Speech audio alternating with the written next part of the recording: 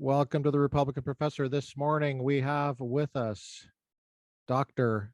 Tomas Bogardus, and joining us from California, I believe, is Professor Adam. Is that what I'm calling you today? I never know what I'm supposed to say. Sure. Okay. Good to be here. I'm not sure if I should use your real name or not, but Tomas is joining us from California as well. Is that correct? Yes. And wow, that looks like a rustic cabin there. Yeah, I think it used to actually be a sort of fishing cabin back before they built a dam, and the river doesn't flow as much as before. Watch your language, no cussing. Oh, damn. Okay, sorry. Yeah. Okay. Yeah, right. So I think the original structure of this house it's about 100 years old now, and I think it was a fishing cabin originally. Thanks for joining us this morning, Tomas. I'm happy to be here. Thanks for having me. Are you in Southern California?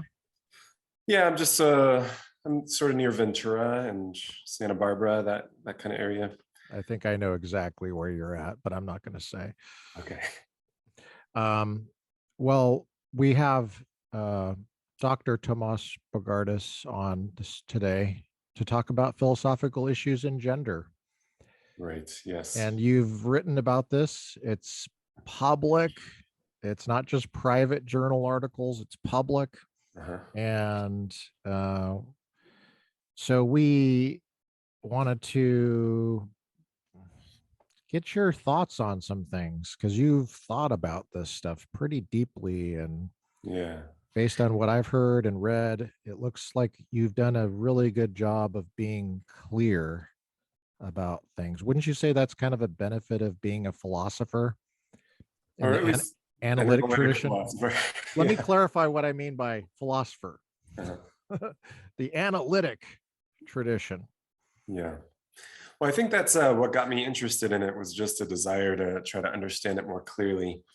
I think it started, I started doing some serious reading and research in about 2016. And I think it was in part because of what was happening to Jordan Peterson at that time. That's when he was making international headlines, for resisting that sort of coerced speech and objecting to that, I think it was a hate speech law in Canada. And things were sort of reaching ahead when it came to pronouns in his classroom. And so I was just sort of watching those protests and his responses and trying to understand what the disagreement was about, because I thought, this will probably one day become an issue closer to home, and I should probably understand what the disagreements are. So that, I think that was about 2016, and just double checked what the dictionary said. I just wanted to see if I had been misunderstanding terms like man and woman and male and female the whole time. But no, the dictionary still gave a sort of traditional definition, on which, like, if you look in the Oxford English Dictionary, I think it defines woman as adult female human being. It does. Yeah, and a man is an adult male human being.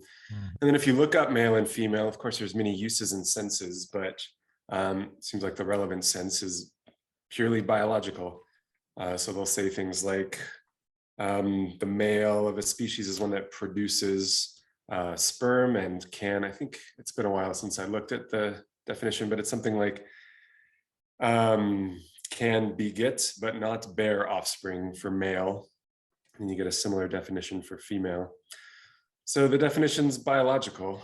And then, yeah, it seemed like the people who are objecting to Jordan Peterson and the sort of emerging view of gender disagreed with that and thought that to be a woman or to be a man had nothing to do with your biology. And it had, but they were, by the time I checked in on, they were disagreeing based on new knowledge that they had, right? Well, yeah, that's what I was trying to figure out. I was like, what did we learn exactly? And I don't know, probably some of your audience has waded into these debates a little bit, and there's just this sort of like swirling mess of considerations and arguments and counter arguments, and it was hard to make sense of the debate. But yeah, I just started reading, and I think I managed to understand a few things and clarify a few things, at least in my own mind. So maybe I could help with that a little bit today. So Yeah. you came from a position not of hate, right? Are you a hateful person? No, I don't Okay. think so. So you are a hateful person, but just not aware of it. Also, And you haven't I don't been to think I therapy. suffer. I don't suffer from any phobias that I'm aware of. Okay. But I Are you guess. are you afraid of phobias? Because maybe that's what it is. It's a phobia, Homophobe. phobophobe. You're a phobophobe. Mhm. Um, so you what I hear you saying, Thomas, is that you were curious Yeah, and you thought, I'm missing something here. I'm pretty sure I know what man and woman mean, male and female, but it's like a big deal to some people now. And so I'm going to just read up on this and level up, and yeah, hopefully I'll find out if I missed something. yeah. So Okay. I think the first thing that I learned that was useful was there's sort of a split in this debate, and you can kind of divide the debate in your mind into two sections. Some people engage in this debate who disagree with the dictionary definitions. They think that those definitions have always been wrong, and it's always been a mistake. I mean, sometimes, lexicographers get it wrong. The dictionary sometimes gets it wrong. And so they think the dictionary has just gotten it wrong, and it's always been wrong. Women and men, those terms were never defined in terms of biology. And they give arguments why they think that's the case. On the other half of the debate, and I think this is sort of the larger half, I think more philosophers working on this side of the debate, on the sort of trans-inclusive side of the debate, think that these dictionary definitions do accurately reflect a sort of dominant use of the word man and of the word woman. That's what most people mean by man and woman. So the dictionary got that right. But these people think we should stop using the words in those ways. We should self-consciously sort of change the meanings of our words. So something like this happened kind of we've self-consciously changed our language in other ways to be sort of gender neutral. So like policeman isn't heard as often these days as police officer. Fireman isn't heard as often as firefighter. Stewardess is not heard as much as flight attendant. So we've already kind of engaged in those sorts of linguistic changes. But this would be kind of a new one in that we'd be keeping an old word, but using it to express a new concept. Yes. or a new idea. Yeah, that's interesting. And yeah, I think it's also interesting to kind of compare it to the marriage debates, because there was a debate over the same word. Like, what does the word marriage mean? But there were kind of competing concepts. There was a kind of procreative concept, the sort of traditional concept of marriage. But then there was a sort of new concept.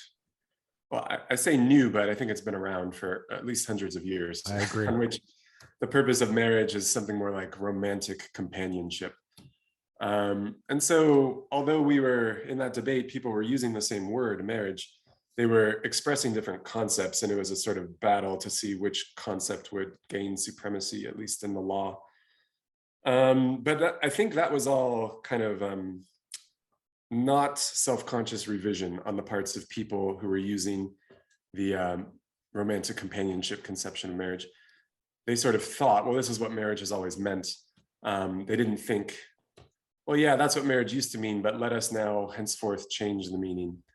So that debate was a little bit different. I think in this gender debate over what a man is and what a woman is, at least for philosophers in the ivory tower, and sociologists and gender studies folks and so on, I think it is self-consciously revisionary. They are aware of the fact that ordinary people mean what the dictionary says, but they think this is not helping the cause of social justice. It's not the best way to advance the cause of feminism, and it would be better if we change the meanings of the words.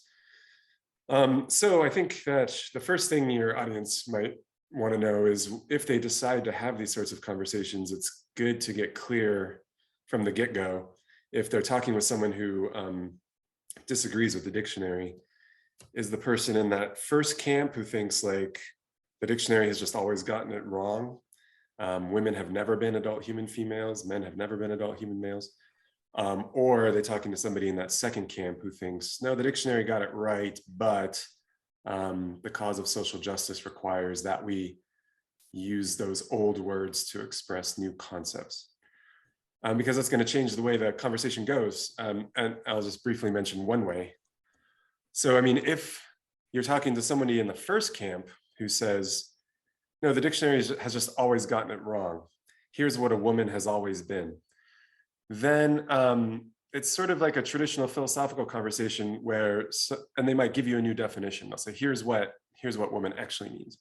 So it's like a normal philosophical conversation now where counterexamples are apt. You know, you can use your ordinary concept of man or your ordinary concept of woman, evaluate the definition they're giving you and see if you can think of any counterexamples, because they're trying to define the ordinary concept and you use the ordinary concept, so you can check whether the definition is correct. So if you're talking to somebody in that first camp, you might try to think of counterexamples or raise problems for the definition in that way. But if you're talking to somebody in the second camp who says like, yeah, I know what the ordinary concept means. It's adult human female for women and adult human male for men, but we should change it. And then they'll give you like a new definition that they think the word should express. Well, now you can't counterexample that. Counterexamples are not appropriate anymore because it's just a stipulation. You know, they're saying, henceforth, let us use the word woman to mean this. It's not a claim about what's true or false. It's like a command. And you can't counterexample a command, you know? Very good phenomenology of the debate. All right, yeah. So I like your comparison with the marriage. I think that is interesting comparison because the spelling is the same. Yeah. But there's a very old definition of marriage in the dictionary that's any close union. That's in the Oxford English Dictionary. All right. And I think actually that's what Justice Kennedy was assuming in the Obergefell decision. So I think he equivocated actually on two very old English definitions. And I think that in the phenomenology of that debate, that's why it was so easy to miss it, because we use the word marriage in different ways, those two different ways. Yeah. And I think he was like, what's the problem with this, you know? The other sense you mention is the sense in which we use the word to say things like, well, this is a real marriage of art and science or something like that. Non-human, yeah. It's Yeah, always based on non-human. So I think that, yeah, you're right. That's the piece that they were thinking, well, we'll just make this applies to humans too, right? Yeah. Any close union. I mean, maybe you can correct me if I'm wrong here. I haven't really looked into the history of marriage, but I thought that probably the divergence started, it might have started earlier than this, but I thought it started with that's sort of what we would now call romance literature in like the Middle Ages, where, you know, you had knights and damsels and the purpose of the union was to like express true love and so on. And so we started placing this emphasis on a certain kind of feeling, like that was the point of the union. Well, if you're just talking about the definition of the term in the dictionary, it's certainly not there in Black's Law Dictionary, which goes back to the 1800s. It's not in Webster's, which goes back to the 1800s. What is it? The romantic companionship definition? No, just the man-woman definition of marriage. Oh. Yeah. Sorry. Yes, that's right. The romantic thing is not in there. It's a legal union between a man and woman by which they become husband and wife, and it's kind of a sui generis, you know what it is, kind of a definition. But it's there in the Oxford English Dictionary, even in 2015, which is the last time I looked it up, which is when Obergefell came down. Yeah. So Obergefell had this force of law, you know, like that's what you're saying is it's a command now. You're going to use this term this way now. I don't care what the dictionary says.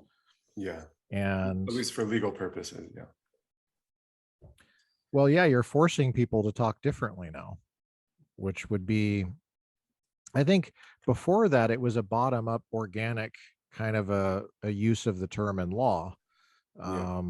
And there's a very interesting case in California called Perez versus Sharp, 1948. Went to the California Supreme Court. Are you familiar with this? I am not. It's the case that overturned interracial marriage bans in California. So Andrea Perez was a Mexican lady, but she was considered white by the court. I don't really know the story behind that, but there was an interracial marriage law that said that you can't marry a black guy if you're white. Didn't matter if you're Mexican or not. It was a weird statute. It was like, uh, so there was basically a new necessary condition of marriage that was added to the definition, which was if spouse one is white, spouse two has to be white, something like that. And so she went into the Los Angeles County Recorder's office and asked for a marriage certificate. I guess her boyfriend was there, Sylvester, and he was black. And the county recorder person said, I can't give it to you. It's against the law. So anyway, short story long, it went up to the Supreme Court, all the way to the California Supreme Court. And her argument was, you don't understand. The definition of marriage is older than California. California doesn't have any authority on this matter. The legislature cannot add conditions. We need to go back to the old definition. And she based it on the Catholic idea of marriage. They were Catholics. Mhm. So they're Bible thumpers, basically, papist Bible thumpers, but they were Bible thumpers. And she said, there's no condition of race in the classical definition of marriage at all. Mhm. So this is really arbitrary. And so anyway, she won. That's then, and the guy that was attorney general, not attorney general, governor at the time, was a Republican named Earl Warren. And he later became the Chief Justice of the United States Supreme Court and wrote Loving versus Virginia, which overturned it for the whole country. And he cited that case when he Nice. decided that. So, I mean, a little bit of background there is what I tell my students is that they didn't invent a new definition. They went back to the old one because the new one was arbitrary and it wasn't really how people talked. Mhm. The idea was man and woman. It wasn't man and woman of a certain race. Yeah. So So it's interesting. They thought like, the law might use a word incorrectly, in which case like the yeah, law is illegitimate or something. So you couldn't just, in the law, you can just stipulate, well, here's what the word means now for legal purposes. Because at that time they thought, on the contrary, you're using a common word and the law could be mistaken as a result. So I did not know that. That's interesting. Thanks, Lucas. well, but going back to the two camps you mentioned, the Yeah. people that think the dictionary got it wrong the whole time. I mean, do they just have a problem with how dictionaries define terms? I mean, it seems like they would have a problem with the empirical approach. Yeah, well, I think I think we would probably agree, you and I would agree, that sometimes the dictionary gets it wrong. They're just humans. Um, and I mean, their project is largely empirical, but also a little bit philosophical.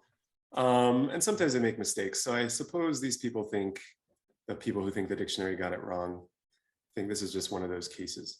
I mean, if you look up some of your favorite philosophical terms in the dictionary, I think you'll be not satisfied with what they came up with. So I guess these folks think, yeah, the dictionary just got it wrong. But they give reasons. And so in one of the papers I Yeah. wrote a paper called Evaluating Arguments for the Sex Gender Distinction. And it kind of started out as just like a notepad where I was just taking notes while I was doing the reading. And every time I saw an argument against the dictionary definition, I just made a note. And then eventually that turned into a paper where I tried to state the arguments, each argument as clearly as I could, and then raise objections. And I think the most common arguments is an argument from what will often be called essentialism. You'll often hear that word Mm-hmm. bandied about in this conversation, but I think more accurately and more clearly, it should be called determinism, a kind of biological determinism. And I think the way it went down was like this. If you look at the history of feminism and what's now called the first wave of feminism, there weren't really these much by way of debate about what a human was. There were debates about whether the women's suffrage movement should also be abolitionist and whether it should include the cause of Black women within the tent of feminism. There was that debate. But when it came to what a woman was, they all sort of agreed. Nobody thought like women have to be white or something like that. They had political concerns about whether they wanted to marry their cause to the cause of abolitionism. But anyway, it was with the dawn of what we now call second wave feminism, which I think most people say was sort of initiated by Simone de Beauvoir with her book, The Second Sex. That's when this question of what it is to be a woman started rising to salience and people started talking about it. Because although I think that Simone de Beauvoir herself did accept the dictionary definition, there are like in the second sex itself, she says things that these days would be considered transphobic. I mean, she says that like women have a certain physiology, they're women in virtue of their anatomy. And later on, even as late as 1976, she says similar things that sort of echo the dictionary definition of marriage, where to be a woman is to have a certain kind of biology. But in that book, she famously says that one is not born, but rather becomes a woman. One is not born, but rather becomes a woman. And in probably the most famous chapter in the book, she details the sort of typical kind of upbringing, at least in her culture, for girls, the way they're socialized. And the argument of that chapter seems to be like all of the of women that you think are sort of natural and biological and inevitable are actually the results of socialization. If we just raised girls the way we raised boys, things would be very different. Maybe completely different, but at least very different. And I think, yeah, she was reacting in large part to a common kind of idea that people had at that time and still have, that a sort of biological determinist idea that, you know, women in virtue of their biology, this is what people would say, are in virtue of their biology are like unfit for certain social roles or something like that. Like there's actually, you can find old arguments of people saying like, well, because of the sort of innate temperament and biology of women, they're just unfit for politics or something like that. And so women were being sort of constrained and excluded from certain social activities, and the justification given was, well, it's just because of their biology, you know. And so I think a lot of people at that time, a lot of feminists at that time thought the solution or the answer to this problem is to point out that, you know, being female is one thing, but being a woman is something else. Womanhood is an effect of socialization. It's not something that is inevitable given your biology. Being what we now consider a woman is, yeah, it's a social phenomenon. And it could be different if we just changed the sort of forces of socialization. And so they started thinking of womanhood as like a kind of social role, a sort of social position, something that we would now call like, you know, traditional femininity. That's what womanhood is. To be a woman is to be traditionally, stereotypically feminine, to work in the home, to be sort of submissive, etc. And then they started equating that with womanhood. They're like, that's what it is to be a woman. You're working in the home, right? Yeah, right. You have that huge beard though, because for people listening, you don't understand. Thomas has this beard that's pronounced. You can't miss it. It's not an Abraham Lincoln beard. We have to assume there's a neck there. Yeah, it's down there. Yeah, and there's a cabin rustic feeling he's got there. And it's like he's at home, I guess, because I know what campus he works at. That's definitely not part of the campus. Yeah. So Adam, did you want to get in here? Yeah, so I just wanted to echo something that Thomas said a minute ago about the dictionary, that it's an empirical tool, and that just because something's in the dictionary, that doesn't mean what it is, right? They can get things wrong. But also, it's interesting the case that you raised, Luke, about the interracial marriage, where in that case, the classical the classical definition of marriage is used to undo repression or Yes. to right a Yeah. wrong, Yeah. right? To correct an injustice. And then I think the revisionist concept of gender seems to be headed in the other direction, that this time it's the dictionary that's wrong, that it's repressive and therefore it needs to change. But as far as the biology, the sex gender distinction, I think there are some religions for which this is kind of almost the seeds for the distinction are there, right? If you think in terms of rites of passage, for example, right? Some indigenous tribal religions, and even in more developed monotheistic strands, there are rites of passage where one goes from being a boy to being a man, to being a girl into a woman. And so this doesn't imply a change of sex, but it's rather working into a gender role.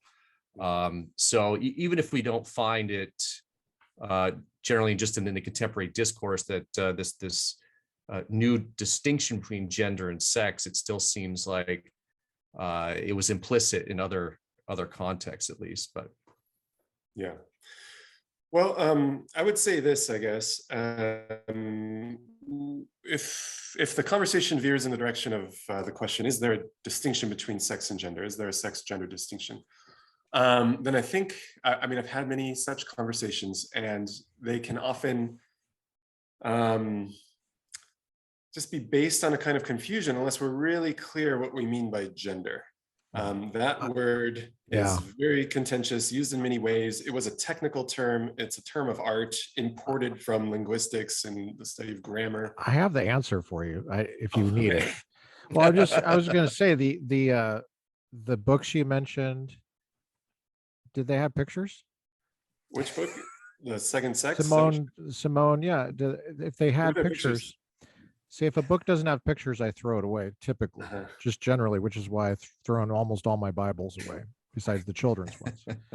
But like, if they have the picture, then it's like, okay, I got it. That's what a woman is. Okay. So I just make sure I look like that. Does that help?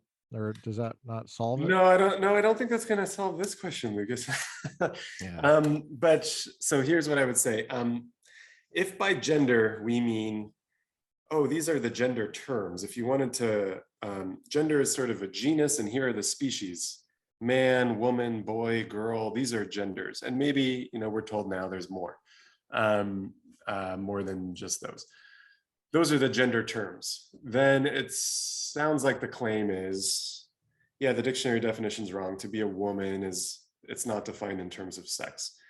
Although we should add that, like, the dictionary definition doesn't define woman or man just in terms of sex. There's also adult and human. Yes. And so, I mean, what the dictionary would say is the difference between a boy and a man is the adult and juvenile part. You went from a juvenile to an adult. You remained human, you remained male. All that changed was juvenile to adult. Which for many college students, that's a big issue that they're dealing with at that moment. Yeah. And so, yeah, but I don't think anybody means that. Nobody thinks, like, even on the traditional definition, the one you find in the dictionary, there's a sex gender distinction. They don't mean that. I think what they mean typically is gender is not defined at all in terms of biological sex. No mention of sex required. And again, like, the way this discussion originated was with that Simone de Beauvoir book, I think. And after that, in second wave feminism, people started thinking of womanhood as not at all biological, just a sort of kind of role, or a sort of social role that somebody occupies or is pressured to occupy by society. That's what womanhood is. And if you ask which role, I mean, the problem, well, here's the problem. When you ask which role, the problem is there is no single role that's shared by all women throughout time and space, Right. When you read Simone de Beauvoir's book, like, some of it is familiar, but some of it is quite alien, because she was reflecting, like, her own sort of childhood in France in the early 20th century. And when you read it now, you're like, wow, that's very foreign. We don't treat girls or boys that way anymore. Can you give an Um, example? Do you recall an example? Yeah, well, one example I remember is she was recalling how shocking it was for girls growing up to learn where babies came from, and some of them were still like post-pubescent and thinking that babies were literally delivered by like storks or something. So although you like hear stories about, once upon a time people said babies came from storks, I think that actually happened and people really were told that and like believed it. It was like a kind of Santa Claus myth, but people actually believed it. So people were, I guess, young children were, and even like adolescent children were really kept in the dark with regard to sexual reproduction. There was very little by way of like sex education, just basic birds and bees stuff. They really had no idea. And so, yeah, she spends a lot of time in that chapter I referred to talking about that. Oh, and also, gosh, I'll just say this. She spends a lot of time focusing on like fascination with different methods of urination. And she thinks that's like a major difference between girls and boys growing up, is they're all sort of fascinated by urination. And she just talks a lot about it. And at least from my childhood, I was like, I don't really relate to that. I don't think I or any of the kids I knew were fascinated by that. But anyway, there are some like weird idiosyncratic bits of her retelling of the socialization of boys and girls that no longer really resonate, I think, in current culture. And I mean, our culture and her culture are kind of similar. If you imagine, like 3,000 years ago, among the Aboriginal Australians or something, surely it's going to be very different. So that was a problem for second wave feminism. They started realizing like, there's no one social role that all women occupy. So this was a concern largely in the 90s, and it was sort of precipitated by what we now call intersectionality, concerns about intersectionality in feminism. People pointed out that like, Black women have a very different kind of socialization experience than white women, in not just because they're both women, but Black women in addition are Black, but just being a woman and Black is different from being a woman and white. And so people started to despair that there was any social role that all women have in common. And then I think the sort of, I'm giving you like a brief history of the debate here, but I think the resolution that they all kind of settled on was, well, maybe it's just very abstract, and we can at least say this: what all women have in common is that they're oppressed in some way because they're suspected of being female. Maybe they're actually known to be female, or maybe they're just imagined to be female. But if you're observed or imagined to be biologically female and then oppressed for that reason, you're a woman now. And so, yeah, around the turn of the century, this was the view. It's an old view. You can find it in Gail Rubin, but it was championed by Sally Haslinger at MIT, who's still alive and working. She has since given up this view, but that was sort of the view. To be a woman is to be oppressed because you're observed or imagined to be female. And you can be oppressed in many ways, maybe economically or politically or financially or something like that, socially. But as long as you're experiencing some oppression because you're observed or imagined to be female, there you go, you're a woman. And then you can guess what it is to be a man. It's to be privileged because you're observed or imagined to be male. And an oppressor. Yeah, I don't know if you actually have to oppress anybody. That's optional, but at least some of the men are oppressing, I guess, the women, yeah. That's why I'm a Black woman. That's the primary reason. Oh, to get the oppression. Yeah, because I don't want to be an oppressor, and I want to, side with the people that are oppressed. Yeah. Well, I realize that's tongue in cheek, but this is all happening before like self-ID was a thing. You can't just ID into this role. You have to actually be oppressed to be a woman on this definition. Dang it. Yeah. So then I'll just quickly finish the history of the debates. So people pointed out to these folks, couldn't there be women who aren't oppressed? Like just consider the Queen of England, for example. Couldn't there be women who aren't really oppressed, who are doing okay? Or, imagine that feminism wins and all oppression is abolished and we're living in a kind of utopia. if women are defined in terms of their oppression, then in this utopia, there wouldn't be any women anymore. And so notice, like, we're giving counterexamples, assuming that these people were trying to give us an analysis of the ordinary concept of woman. And I think at the beginning they thought like, no, this is the ordinary concept. This is what we've always meant. It's to be oppressed on sex-marked grounds. But then in light of these counterexamples, at least Sally Haslinger, I think she was the one who first had the idea, like, okay, I realize, and you can see this in the course of her career, she sort of realizes during the course of her career that she's not actually giving an analysis of our ordinary terms. She realizes that, and she says, but this is what we should mean by woman. This is what we should use the word to express. It's not what ordinary people mean. We have an obligation to use a word a certain way. Yeah, I think so. Or yeah, it would certainly be better if we did. We have most reason to do it. And if you think you're obligated to do what you have most reason to do, I guess you're obligated to do it. If you want to advance the cause of feminism, this is the best way to do it, she argued. And that's where you first get this split between these two camps. You get somebody who is self-consciously realizing, like, I am not analyzing the ordinary concept. I am proposing a new concept, and I want to borrow the old word to express the new concept. And so that's where things stood until about 2015 or so. That was kind of the dominant view in academic feminism. The ordinary, all the folk, the vulgar people, the masses, they mean adult human female. But here's what we should mean. We should mean this social role concept. But then it was pointed out to Sally Haslinger by another philosopher named Katherine Jenkins that this definition of Sally Haslinger's is not going to respect everybody's self-identification. Catherine, what? What's her name? At the same time that Sally Haslinger, Katherine Jenkins, she's now at the University of Glasgow. So at the same time that the Sally Haslinger view was kind of orthodoxy, there was this sort of emerging view. Its stock was rising, its fortunes were rising.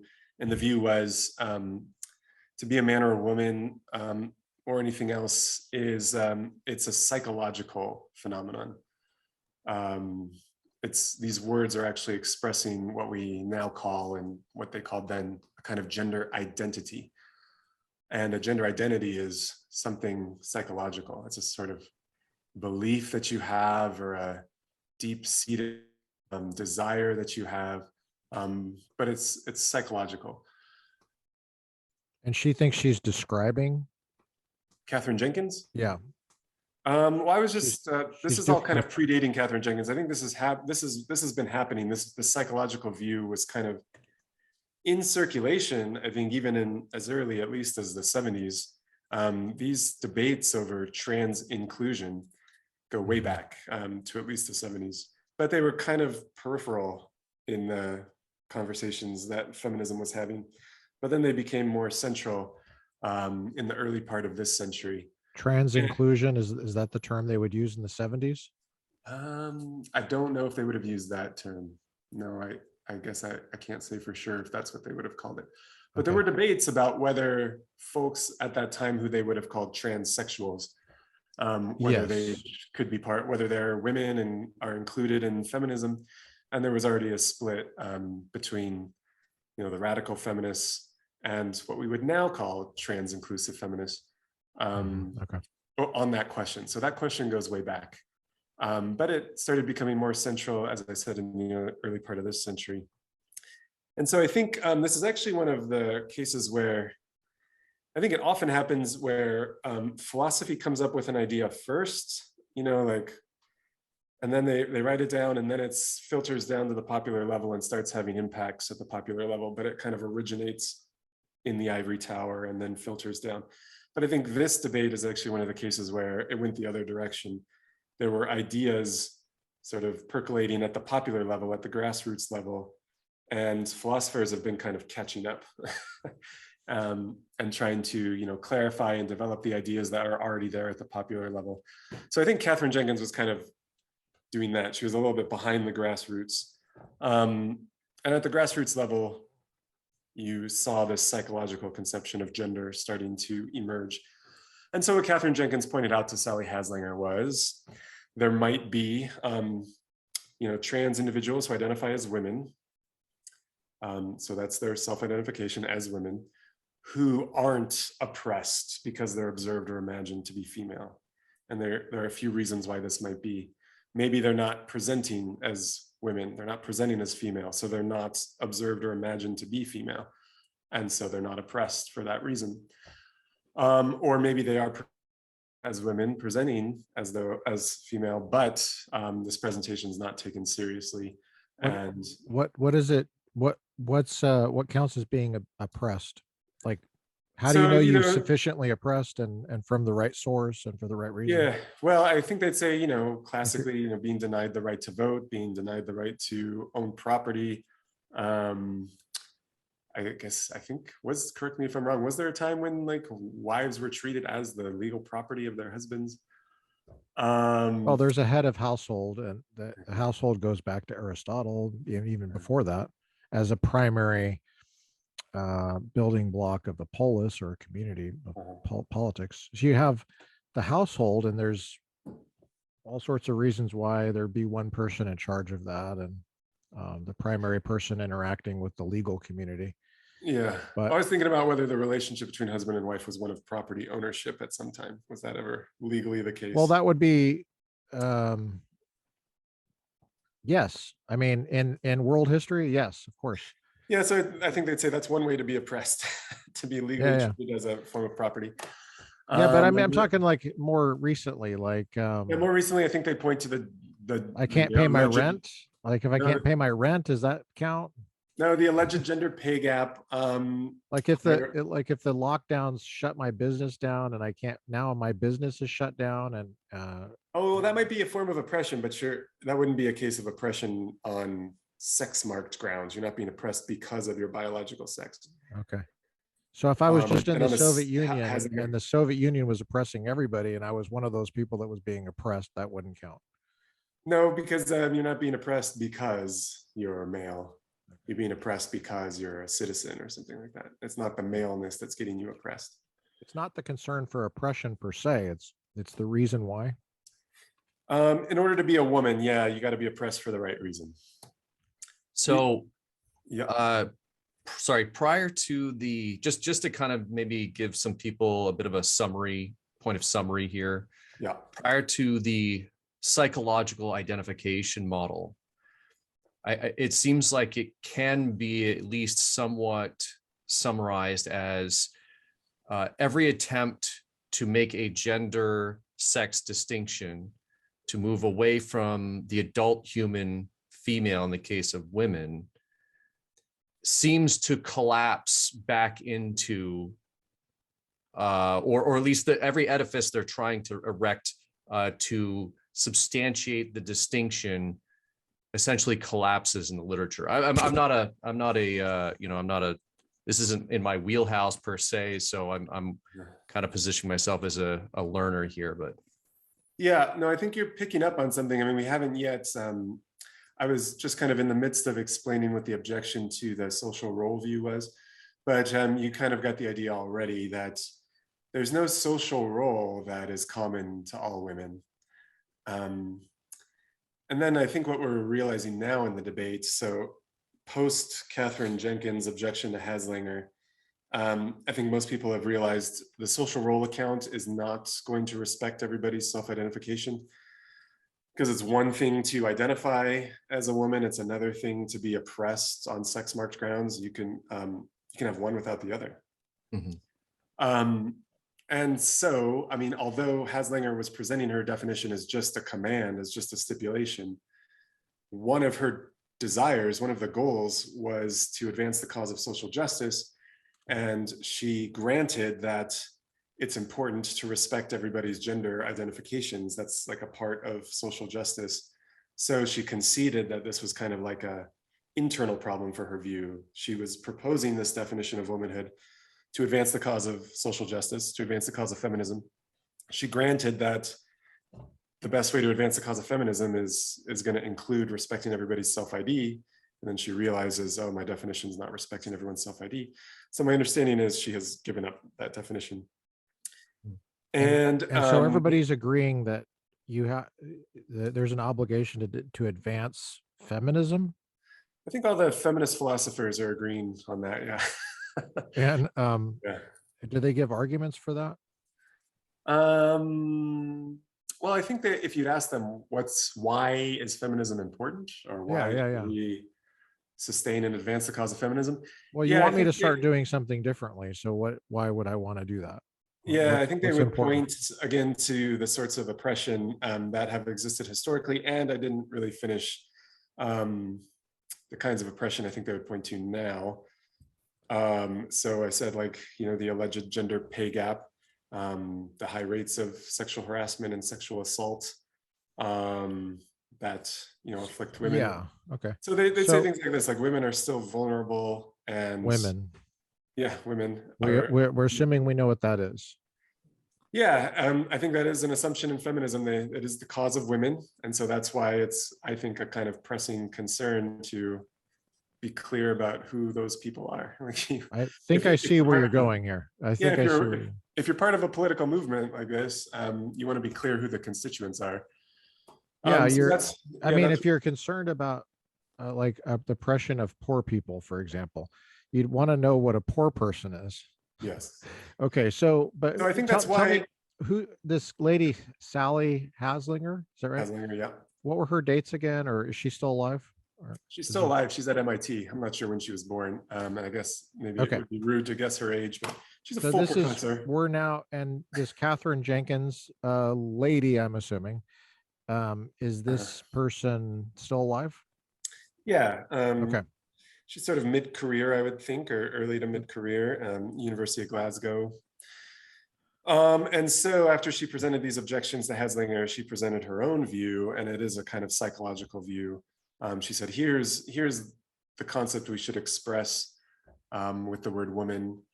You're a woman if and only if you have a female gender identity, she said. And here's what a female gender identity is. You take enough norms of femininity to be about you. She put it in terms of internal maps, but that's just kind of a metaphor. And here's what the metaphor means. There are these sort of norms of femininity. The example she likes to use is shave your legs.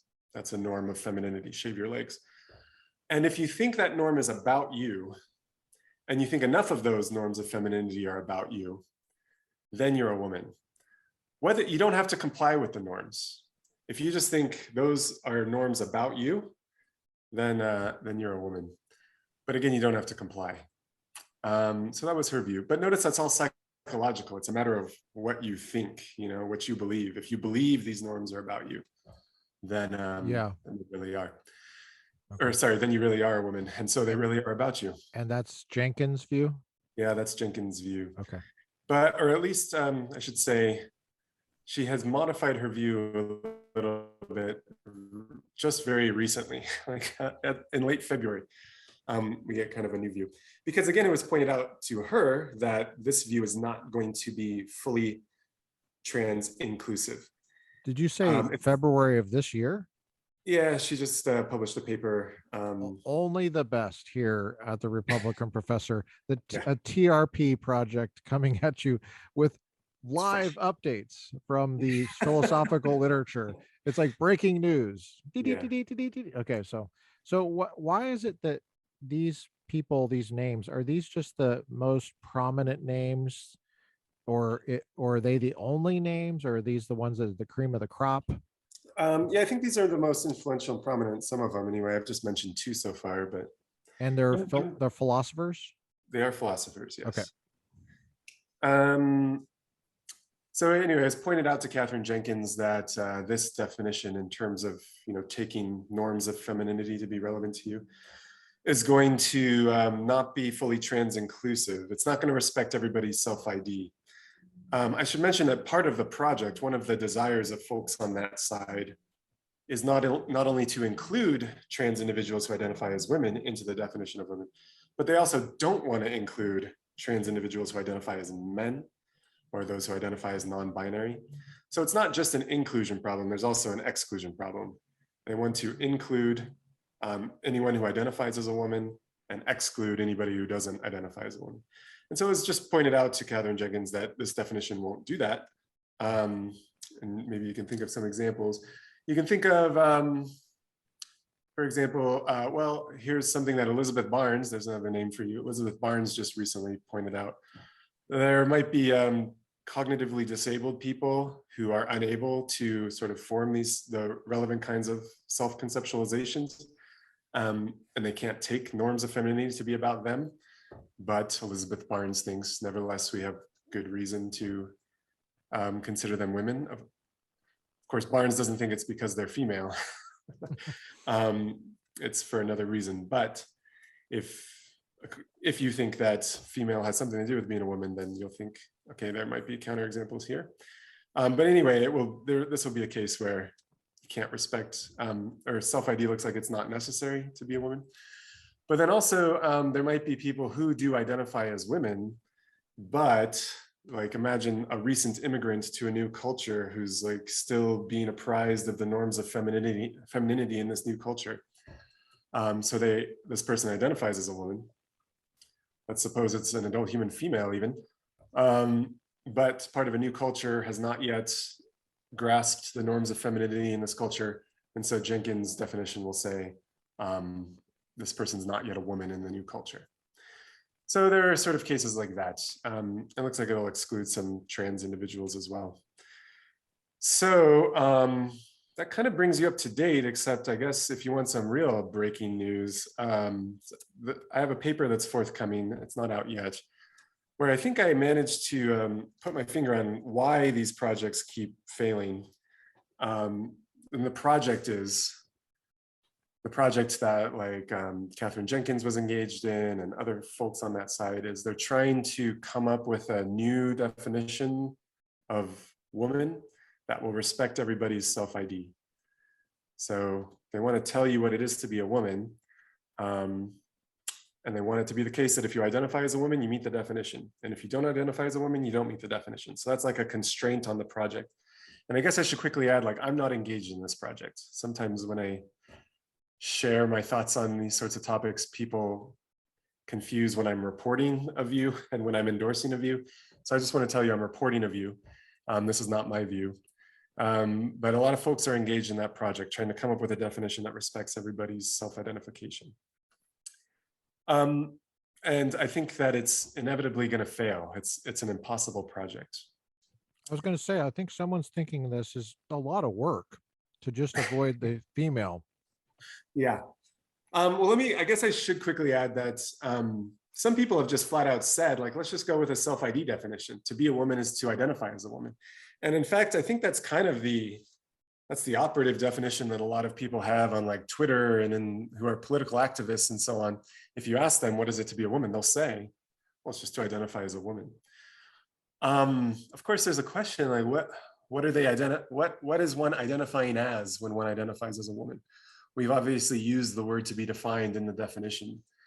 And so it is, viciously circular.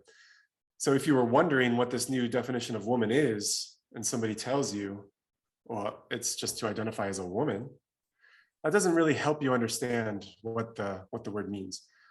But I think there's a deeper problem, like even granting that attempt to define the word fails because of circularity. We haven't conveyed the meaning of the word using that circular definition. But just set that to one side. There's a deeper problem. And the problem is the definition was to be a woman is to identify as a woman. Whatever the word woman means in this biconditional, in this if and only if claim, you're a woman if and only if you identify as a woman, whatever the word woman means, there's just no way this biconditional could be true. And that's because, just name the feature that they're defining. W. Let's say that. Hold on a sec. Just go back to biconditional. Yeah. You said that really fast, and I'm sure there's somebody out there that doesn't know what the word means. They heard the word bi, and they were like, okay, but hold on. Biconditional. I have it in my notes as a biconditional. Yeah. The triple bar, but I'll tell you what I mean. Yeah, tell us what that is. Anytime you look up a word in the dictionary, there is an implicit if and only if link between the word to be defined and the definition. If you look up the word bachelor in the dictionary and then you see the definition unmarried adult male who's eligible for marriage, something like that. What the dictionary didn't say was if and only if. And what that means is if you meet this definition, then you're a bachelor. Also, and you're a bachelor only if you meet the definition. So we have like an arrow going in both directions. If you're a bachelor, you meet the definition. If you meet the definition, then you're a bachelor. So that's all if and only if means. It's a claim of equivalence. You know, whenever you're one, you're the other. If you're not one, you're not the other. And so anytime somebody's proposing a definition, they're giving you an if and only if claim, what we call in logic a biconditional, conditional in both directions. And so this definition that I was just thinking of was the self-ID definition, which says to be a woman is to identify as a woman. So somebody's a woman if and only if she identifies as a woman. So I think whatever the word woman means there, I mean, we're unable to say what it means because this definition was circular. We don't know what it means, but whatever it means, it's one thing to have that feature, and it's a separate thing to identify as having it. And this is just a kind of general principle. For any feature you want, pick any property that anything might have. It's one thing to have the property. It's another thing to identify as having it. That's an extra step. That's like an extra cognitive step you have to do. Human. Yeah, human. It's one thing to be a human. It's another thing to identify as human. There are humans who don't identify as humans. I don't have to think I am a human to be human. Yeah, the ID, the self-ID is not necessary to be a human. And I mean, there might be, one day we might make advanced, artificial intelligence and program it to think that it's human. And so it would have these, supposing it would actually be conscious and have a mind. I'm just trying to think of something that might mistakenly believe that it's human. So it could identify as human without actually being human. Surely that's possible.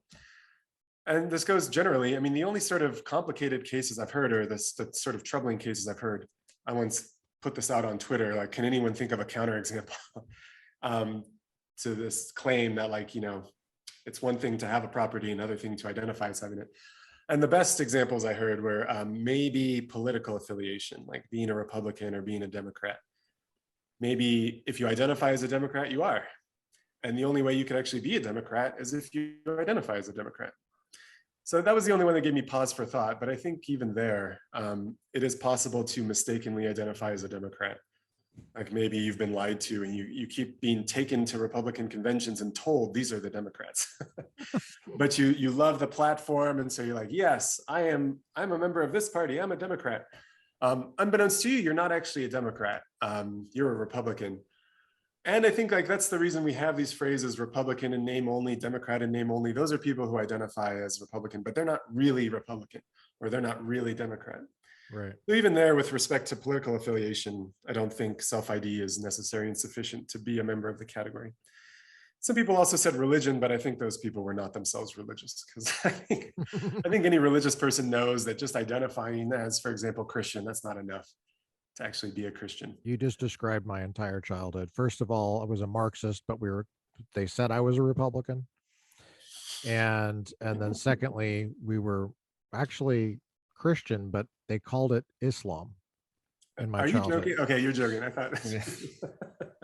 So that was my childhood, and and we called the dog a cat, and I mean, it was just very confusing.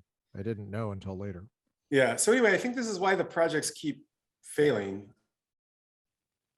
Haslinger's project, she proposed that social role definition of womanhood, and then it was pointed out to her, well, it's one thing to have the social role, it's another thing to identify as having it. Somebody might identify as a woman without actually having that social role that you're saying is what it is to be a woman. And same thing with Jenkins' view. It's one thing to take norms of femininity to be about you. It's another thing to identify as a woman. You might do one without the other. And so I think this is a general problem, and that's what I'm trying to point out in this paper. So I think that this project of trying to define womanhood in a way that respects everyone's self-ID is doomed to fail. Because, I mean, you can't just give the self-ID definition that's circular, but even if you do, there's still inevitably counterexamples. So I think that's a serious problem for the project. And my sense is, okay, we're going beyond breaking news now. Here's my forecast for like where the field is going. What I'm noticing kind of like on the ground and in literature that's coming out is, it seems like people on that side are now saying things like, you know what, we don't really need to spend so much time worrying about definitions. What's really important is that we focus on, ending oppression and, improving the lots of marginalized people and so on. Let's not get bogged down in these debates about like definitions. And so I think what I think might be happening is they're sort of recognizing this isn't going so well. This project of trying to come up with a revisionary definition isn't going so well. So let's take our ball and go home. So that, I think that's what's happening. And so, yeah, I don't know if anybody's going to venture out and try again. So we win, in other words, is what you're saying? No, yeah, I don't think that's the way politics works. Although maybe you've noticed this too, like in political debates with, if you have political opponents. Wait, did you say this is politics or is this philosophy? Or is it both? It's philosophy in service of politics. Yeah, and I don't even think that's controversial to say, unfortunately. I've heard tell that there was once a time when philosophers aspired to be politically neutral and sort of be above the fray, and like sort of like what Supreme Court justices are supposed to aspire to do, like, we're above all that. But if that ever was true, it's certainly not true now. And in fact, a friend of mine recently did a Twitter poll for philosophy Twitter, and it's mostly, philosophy is mostly left-leaning folks. But the question was like, do you consider yourself an activist? And it was like an overwhelming majority of philosophers who answered said yes. And in fact, they were mystified that anybody would not consider themselves an activist, or not consider himself or herself an activist.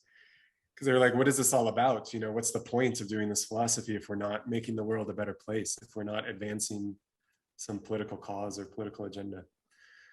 I think I see what you mean by activist. I was wondering kind of what you meant. There's a similar issue with judicial activism. Yeah. Some people think that that's a bad thing. And then some people think, like me, I don't think judicial activism is a bad thing at all, but it depends on what you mean by the term. Because I think the role of a judge is to be in service, to live out their oath of office. And if you can't do that, you shouldn't be a judge. So if you don't, for example, if you think that you can just make up what the Constitution says moment by moment, you're one kind of an activist, maybe. But if you think that you should enforce the Constitution and the law, then that's another kind of activism. You're an activist for your proper role. So I guess it depends on what you mean by philosophy and what you mean by activism. What is the role of philosophy? What is philosophy supposed to do?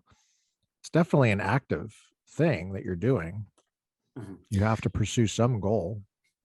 Yeah, I guess I've mostly heard that activist term used in the kind of pejorative way, like you're not actually giving a impartial interpretation of the law. Well, nobody's bending the impartial. law, importing some biases so as to advance some political cause or advance the cause of social justice as you see it. And I think that's what philosophers are self-consciously doing, or at least a lot of them. They think the purpose of philosophy is, they still care about truth and they still like respect truth, but shouldn't we all pursue justice as we see it?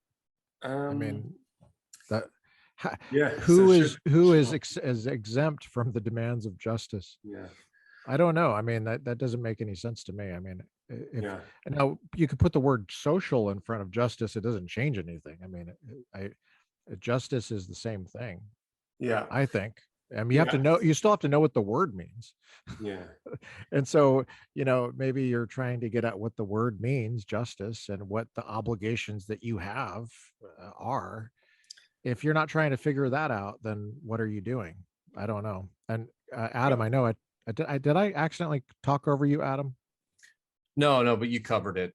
My question was roughly the same. So I think we could at least say this. There are all sorts of questions in philosophy, and a lot of them have little to no bearing on politics, like just super abstract metaphysics or just pure logic or something like that.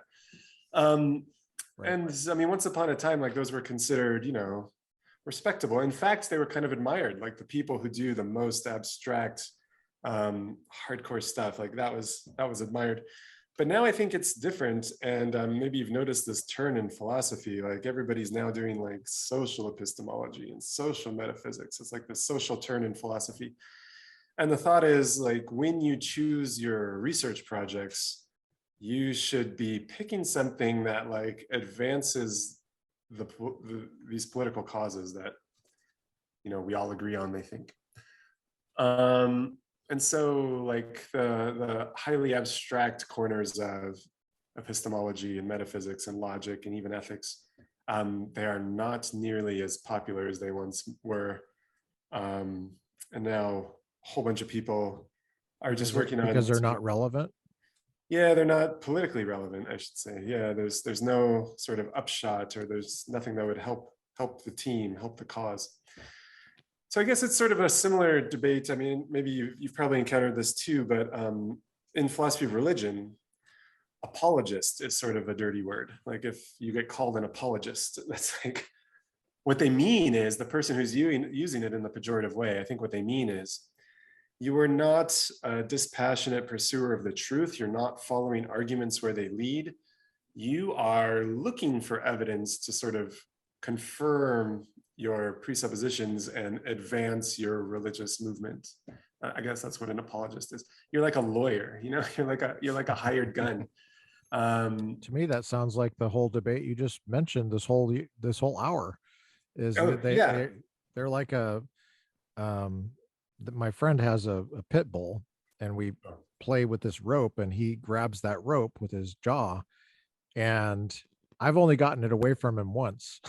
Because he just like, he will not let go, and the poor guy will die before he lets it go.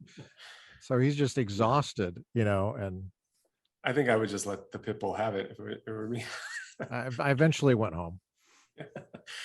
But I guess, I mean, if you're a Christian philosopher of religion, you might say like, no, really, to be an apologist is just to, you know, always be ready to have a defense and to be able to, you know, have reasonable opinions and be able to defend your views. So it's no bad thing to be an apologist. Mm-hmm. So maybe there's a similar kind of dynamic happening in this debate about whether philosophers should be activists. But I'll just or say, how to define woman. I mean, that's what I meant, is that it seems like there's an apologetic for defining women apart from just how the dictionary defines it. Yeah, there are very people like Haslinger, Jenkins, and Elizabeth Barnes and Robin Dembrov. These people are all very clear that when we're doing this conceptual engineering, it's called, when we're coming up with this new concept to express with the old word woman, there are normative or political inputs. Something that we're considering is, will this new concept help advance the cause of social justice? Will it be trans inclusive? So 100% they're evaluating the concepts they come up with in light of these political goals or ends. And they're not. What's trans inclusive mean? I'm not sure if I totally get what that means. Yeah, so it means like whatever definition we come up with, it better, if we're coming up with a definition of woman, it better include all the trans individuals who identify as women, all of them. Trans women are women, we're told, that's the slogan. And so that's sort of a constraint on any acceptable revisionary definition of woman, that it comes out that trans women are women. And then if your thinking doesn't align with that, what does that mean about you? What is it a bad thing? It's a serious problem, yeah. And you might need to apologize. It's So not like, a philosophy, it's not a philosophical problem. It's not like Gettier defining knowledge, classical knowledge. It's not that kind of a problem. It's an ethical problem on your part. Says something bad about your character. Yeah, I think so. Yeah. Does it mean you're a bad person? Well, I think if it was further far enough back in the past, maybe you don't have to apologize as much. But I'll just point out that like we haven't mentioned Judith Butler yet, but she was a major influence in these debates and had a famous book in the early 90s called Gender Trouble.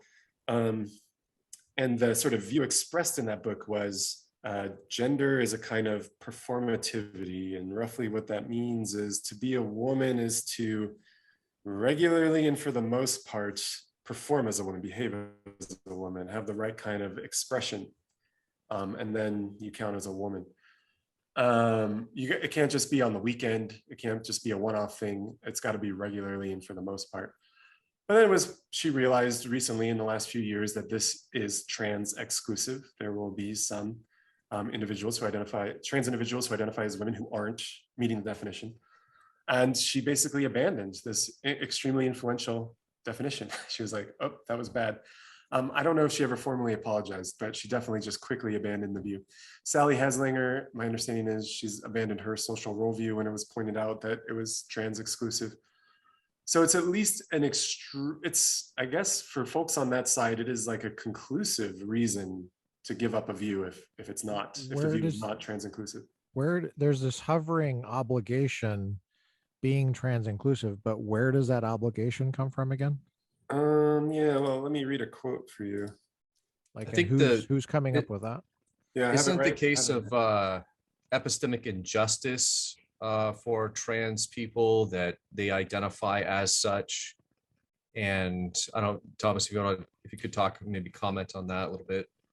Yeah, here's one. So in a 2016 paper, the one that made trouble for Haslinger, Catherine Jenkins says, failure to respect the gender identifications of trans people is a serious harm and is conceptually linked to forms of transphobic oppression and even violence. It follows from this that an important desideratum, an important desire, a goal of a feminist analysis of gender concepts is that it respects these identifications by including trans people within the gender categories with which they identify and not including them within any categories with which they do not identify. So that's a really clear statement of the sort of rules of the game, the principles that are guiding the project.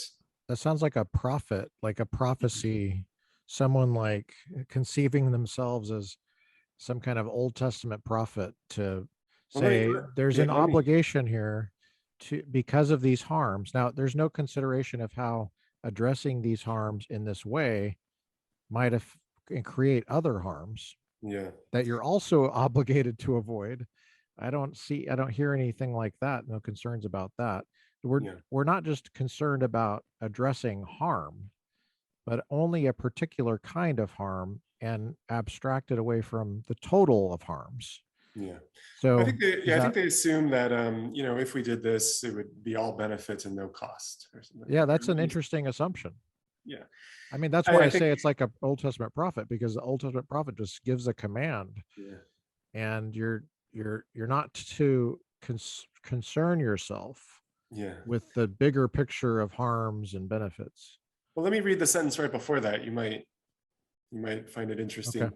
Catherine Jenkins says, the proposition that transgender identities are entirely valid, that trans women are women and trans men are men, is a foundational premise of my argument, which I will not discuss further. That's what she said. But is it foundational in the sense that she knows it as a basic belief in that same sense? Well, and she doesn't need justification, or she doesn't need justification herself that goes any. Well, what's interesting is, although she says, I will not discuss it further, the next two sentences kind of give reasons. She says, if we don't respect gender identifications, then that is a serious harm in itself. Just failing to respect people's self-IDs is a harm all by itself. So also, it's conceptually linked, she says, to oppression and violence.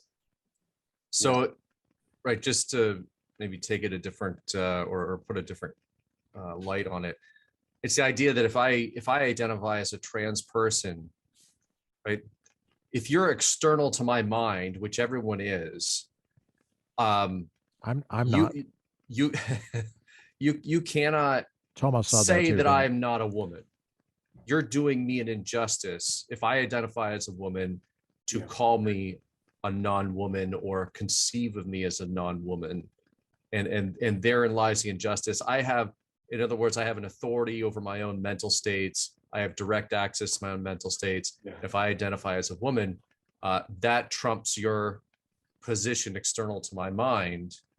And I'll say this: if your audience is interested in figuring out or learning more about the kind of motivation behind this foundational premise that Catherine Jenkins mentions, and just to echo what Adam just said, you might check out some of the work from Talia May Betcher. It's a philosopher at Cal State LA. And something that Betcher famously argued was, and you might check out a paper called, I think it's called Trans Identities and First Person Authority. I think that's the title, Trans Identities and First Person Authority. And there's another paper, I think the title is Evil Deceivers and Make Believers. I hope I'm getting this right. But the argument is something like this. The traditional way of using words like man and woman, linked as those words are to biology, is a sort of coded way of sharing information about genital status. Like when we circulate information about who's a man and who's a woman and who's a boy and who's a girl, if we're using those words in the biological way, the way the dictionary defines them, then what we're really doing is just like saying, tell me about everyone's genitals. I need the update on everyone's genitals. And Talia May Betcher says that's a serious invasion of privacy and maybe even like a kind of sexual harassment, or even I don't know. That's what I said to the nurse when I was born. I said, "Stop looking at me. Give me the scissors. I'll cut it myself." Yeah. No, but Thomas, I mean, just it's like the view that this leads to violence. There's murder's already illegal. Yeah. So, I mean, murder's been illegal for a long time. I mean, what new law do we need to protect people? Well, let me finish the Betcher thought really quick. So Betcher said we should stop circulating genital information. Let's stop using the word man and woman in the way that the dictionary defines them. Instead, we should use it in a way that respects people's first-person authority over their gender identifications, as Adam said.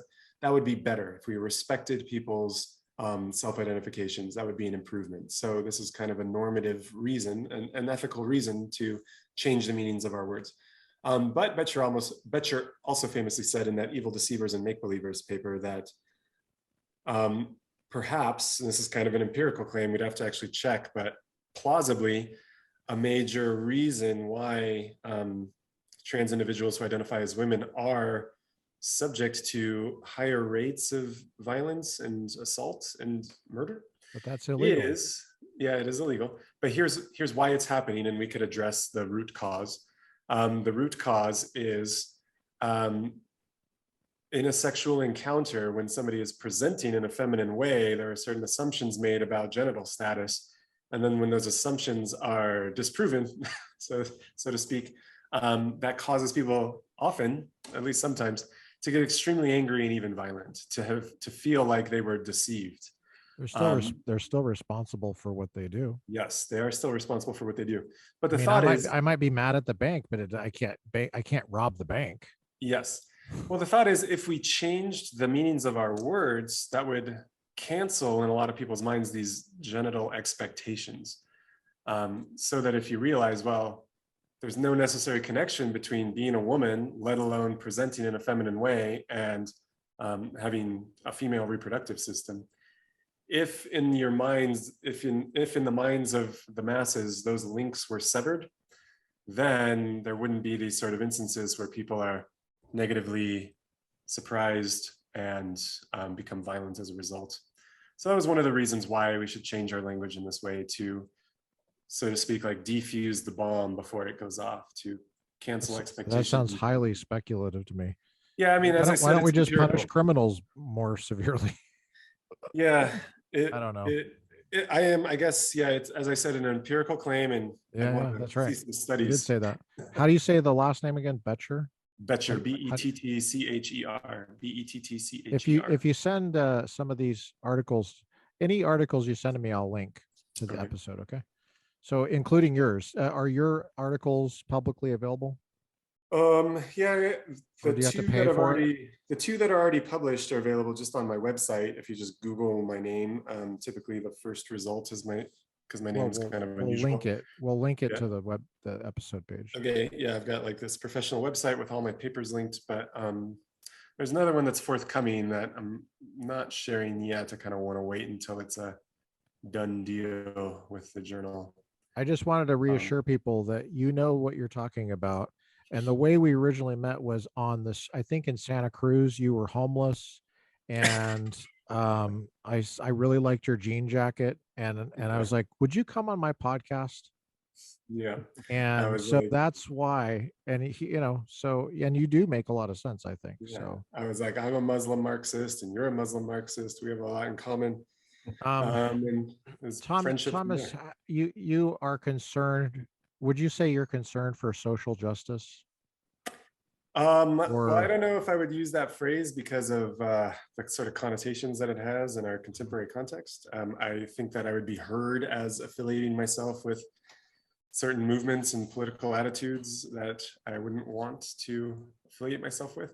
But surely the Christian tradition is a you're a good Christian? resource for. I'm a Christian. Yeah, I am now a Roman Catholic. I was raised Lutheran, but I converted about 10 years ago. So anyway, the Christian tradition offers lots of resources for people who are interested in advancing the cause of justice. I'll just say that I'm very into justice and mercy. So and in love. other words, And I think, right and wrong matters to you, oh yes, they like deeply. Yes. So you're not coming at this debate just totally unconcerned for right and wrong. You want to know, would you say that truth is important in getting right and wrong down? Yes. Of So you course. can't abstract truth away from over here. And definitions of terms, is that in the realm of truth, or is that just in the realm of, Well, yeah, it depends again on whether we're in that first camp or the second camp. If we're just coming up with stipulative definitions, then right? truth is not on the table. It's not a question of truth anymore. It's just a question of effectiveness now. Will this definition be effective in some way? The last one that you mentioned, Betcher, she didn't sound like she was interested in stipulation. Like she sounded like she thinks she's onto something. It's not the definition yet, but it should be. And Mhm. or is she wanting stipulation for Yeah, I protecting think that people? although as far as I know, well, I might be overlooking something, but I don't categorize in my mind Talia May Betcher as one of these folks who's self-consciously engaged in what's called conceptual engineering, or in this literature, ameliorative inquiry, like self-consciously trying to come up with new concepts. But I think that is what Betcher is doing. Betcher recognizes, well, actually, yeah, I think Betcher recognizes like, here's what most people mean by man and woman, but here's what we should use the words to mean. But also Betcher gives arguments against the traditional definition. So kind of does the Camp One sort of project as well. Mm. So yeah, I guess it's not super clear exactly what Betcher's up to.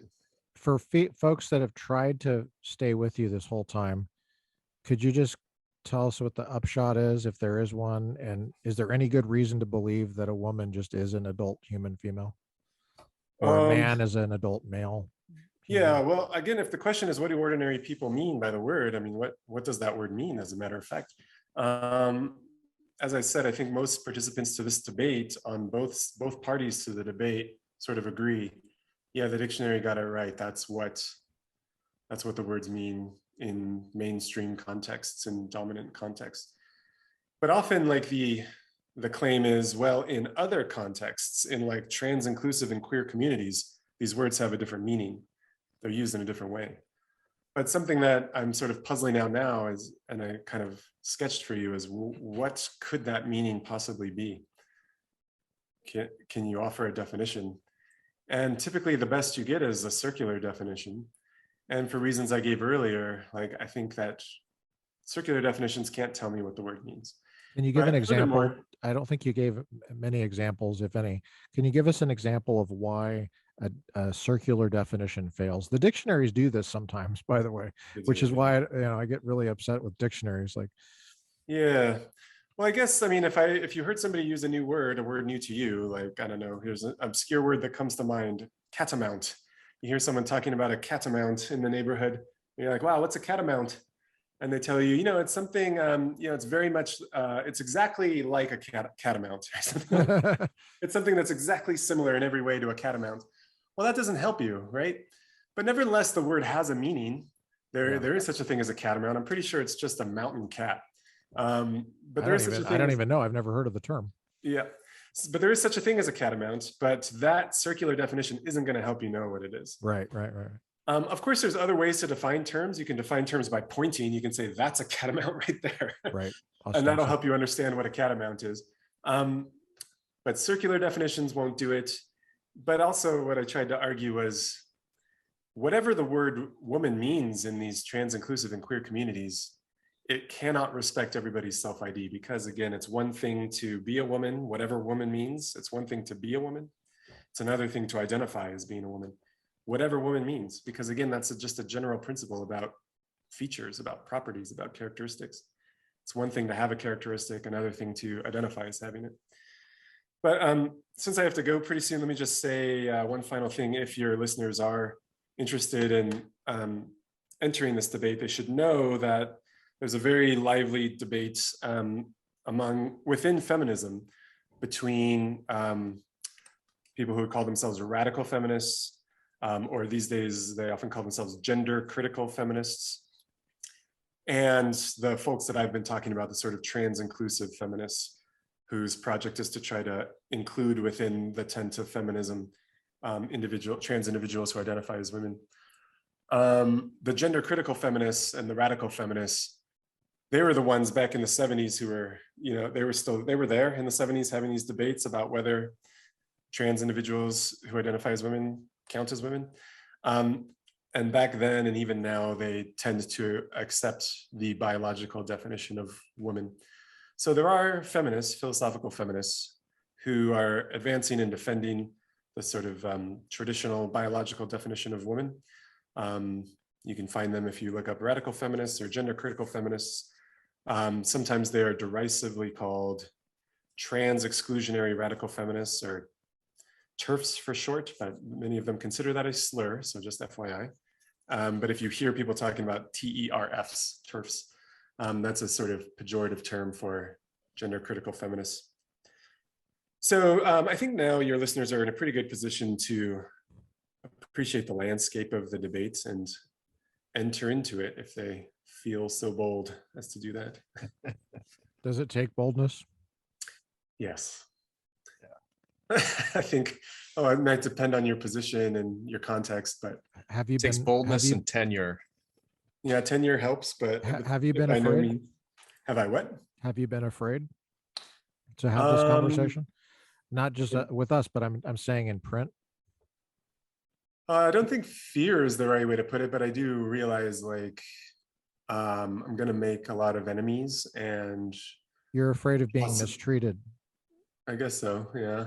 Yeah, it's called being mistreated, Thomas. Okay. Yeah. It's amazing how many people that are so concerned with social justice. I'm not talking to you. I'm just saying that they're so totally unaware that they mistreat other people and that they cause fear.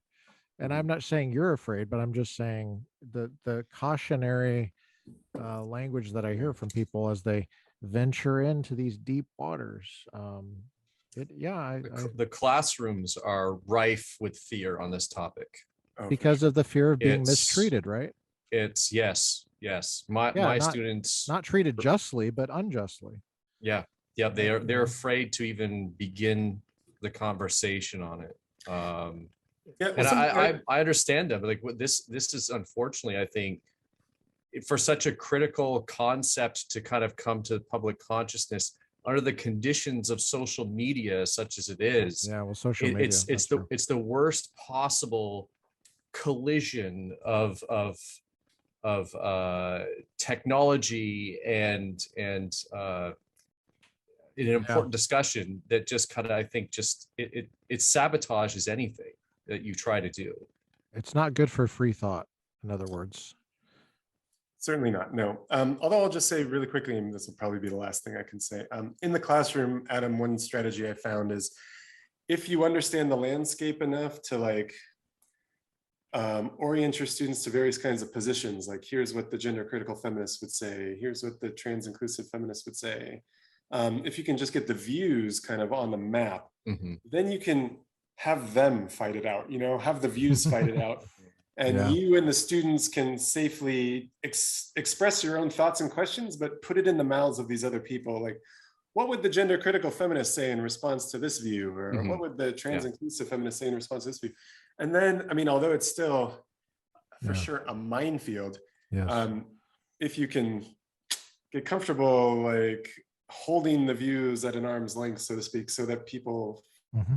safer and more comfortable Mhm. discussing the topic, that can work. Yeah. That's generally my approach, but it's just, Yeah. even then there's still this inherent reluctance, and it's not just Yes, gender. yes. There's several other concepts where Well- they're just, you can throw the buffet out there, Yeah. and no one's looking for a chicken wing. They're Well, we like, wanna- I'm afraid to pick up the chicken wing. Yeah, that's right. Well, I know that Thomas has stayed over when he Yeah. said he would stay, and he's on a hard break. Thomas, you are a very good example of mature and moral, I would say, in a good sense, way to approach this topic and this debate. We really appreciate you breaking it down for us the way you did, clearly, and to give us resources to chase down on our own. Thank you so much for coming on. All right. Thanks for having me. Yeah. Good.